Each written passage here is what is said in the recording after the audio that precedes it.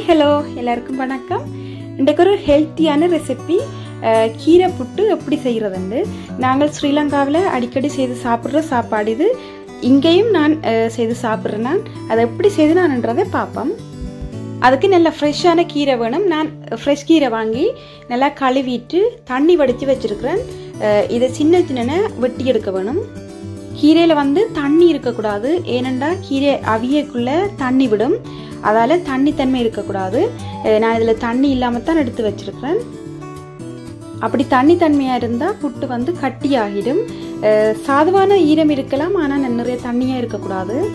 Okay, என்னென்னு செய்கிறேன்னு பார்ப்போம். இதில் 500 கிராம் அவிச்சமாக எடுத்துருக்கிறேன். புட்டுக்கு அவிச்சமாக தான் பாவிக்கிறது. அதுக்கு 1.5 டேபிள் ஸ்பூன் உப்பு சேர்த்துருக்கிறேன். இது ரெண்டையும் வடிவாக கலக்கிட்டு சுடுதண்ணி எடுக்க வேணும். நல்லா கொதித்த தண்ணி. அதை 500 கிராம் மாவுக்கு 340 மில்லி தண்ணி காணும். கீரை புட்டுக்கு நார்மலாக அவிக்கிற புட்டுண்டா 350 மில்லி சேர்த்தா காணும்.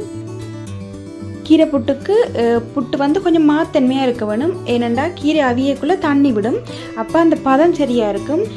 நார்மலான புட்டுக்குள்ளே நாங்கள் கீரையை போட்டோம்னா அது இன்னும் கட்டியாக வந்துடும்.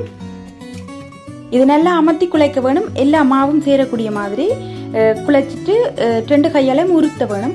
உருத்திட்டு இந்த பேணியாலேயே நல்லா சின்ன சின்ன கொத்த வேணும். இதை பார்த்தா தெரியும் எப்படியாண்டு. ஸ்ரீலங்காவில் கூடுதலாக எல்லாருக்கும் புட்டு குழைக்கிறது தெரியும். அப்படி தெரியாதவே இதில் பார்த்து தெரிஞ்சு கொள்ளலாம்.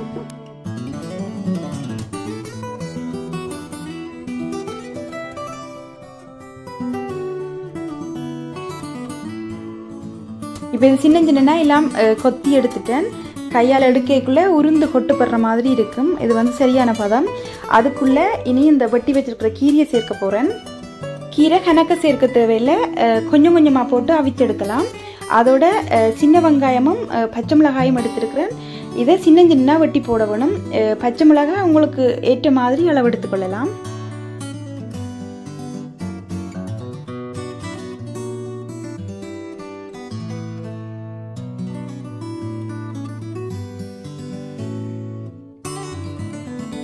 அதோட துருவின தேங்காய்ப்பூ 2 ஸ்பூன் இதில் சேர்த்துருக்கிறேன்.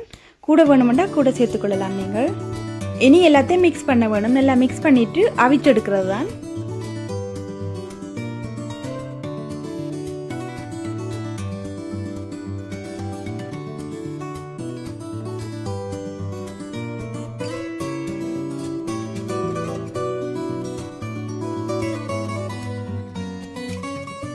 ஓகே, கீரை புட்டு ரெடி ஆயிட்டு. இப்படித்தான் கீரை புட்டு குழைச்சி அவிக்கிறது.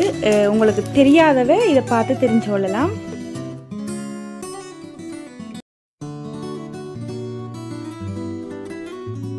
இந்த புட்டோட உங்களுக்கு என்ன கறி விருப்பமோ அதை சேர்த்து சாப்பிடலாம். அதோட உங்களுக்கு இது விருப்பம்னா நீங்களும் வீட்டில் ட்ரை பண்ணி பார்க்கலாம்.